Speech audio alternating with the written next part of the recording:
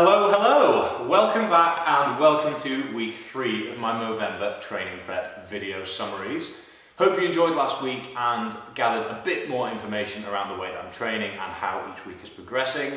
A few of you mentioned to me that you wanted a bit more information on why I was doing each session and how they fit into the bigger picture and the goals that I have in November.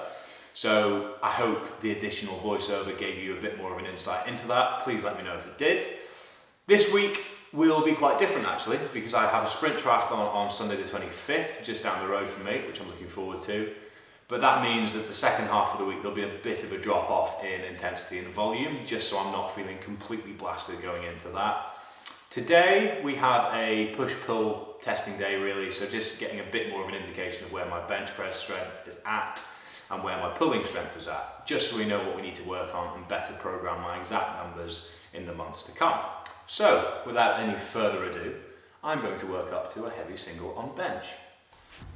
It has been a very long time since I benched anything over 100 kilos, so as you can imagine, I was pretty buzzing about having 110 on the bar for a single today. Moved exactly as I expected it to, which was not particularly fast, but by no means a grinder, which is good news. The aim for the day was to establish a push-to-pull strength ratio, just so we can better understand where my weaknesses are and how best to attack them moving forwards. I'm sure some of you are wondering why on earth don't you know that already, which is a valid concern. But in reality, I've not really had enough upper body volume in the past couple months to have enough of an output to know what we need to know. So we thought we'd get this done, figure out where I'm at, and then just hammer my weaknesses so that I'm best prepared for Movember. One more thing to mention is that the outfit change that you will see later on in this video is down to the fact that I had to shoot out for my brother's 19th birthday meal and then continue my session when I got home. The T-bar rows are terrible, I'll admit. The positioning's awful because it was such a makeshift setup, and I didn't have a handle, which meant the range of motion was really quite poor. So next week we'll probably have an alternative, or we will find a better solution. Let's see. Tuesday evening, another lower body session, not too dissimilar to last week, other than the fact that I have set weights to hit and 200 meters rather than 400 meters, which I'm very pleased about, as 400 meters are my least favorite distance out of all possible running distances that exist. They're awful. So without any further ado, I have 800 meter repeats outside to warm up, then back in here for some squats. The logic behind this session is really quite simple and is actually a really good way of putting into context the logic that underpins a lot of my training. So whilst it may look here like I'm performing 3 different mechanics all within the same session without really focusing on one more than the other, there is method to the madness. So typically you wouldn't normally see heavy compound movements, sprints and longer distance running all within the same session. But a lot of my training is founded on the principle that the more work I can get done whilst under fatigue in the movements that I wish to prioritise, the better I will be at those movements when it comes to not being fatigued. So that is why the lunges come where they do in this session, as that is the movement that I wish to prioritise the most, as I have a fair amount of lunges to get through on the 1st of November, so I'd probably be right in prioritising them at this stage. Other than that, there's not really much to mention besides the fact that my squat technique is feeling better and better each week. I'm seeing a few marginal gains in weight, volume and intensity as we go, which is nice, but the key thing is that I'm not feeling worn out, the fatigue isn't catching up with me too much, and I'm able to keep training these things concurrently without wearing out each individual component, which is nice. So that boxes off another lower body session for the week. I reckon next week's training will be quite similar, just with the instruction of do it better.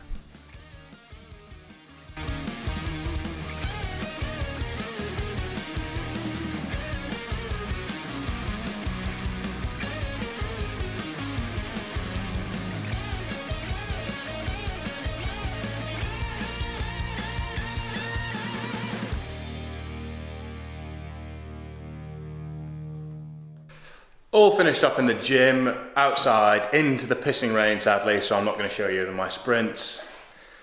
There's no real merit to looking at me sprint anyway, it's just embarrassing. Run like a robot. Anyway, done with squats, RDLs and jumping lunges, and now outside for 8 by 200 meters, 10 by 50 meters, and then a 3-mile run to finish. A few moments later. Okay, I'm going to take back what I said.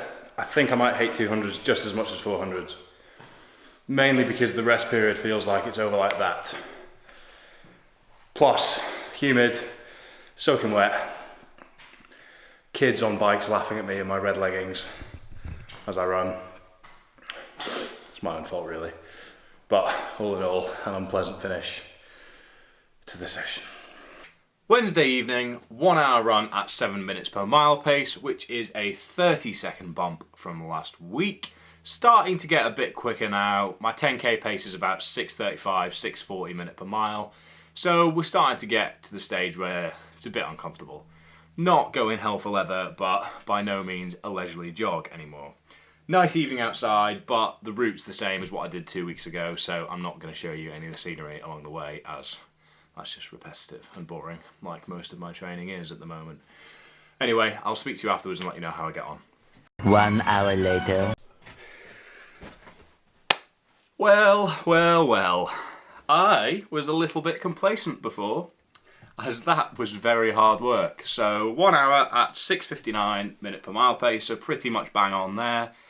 But my heart rate was all the way up at 174, which is quite high.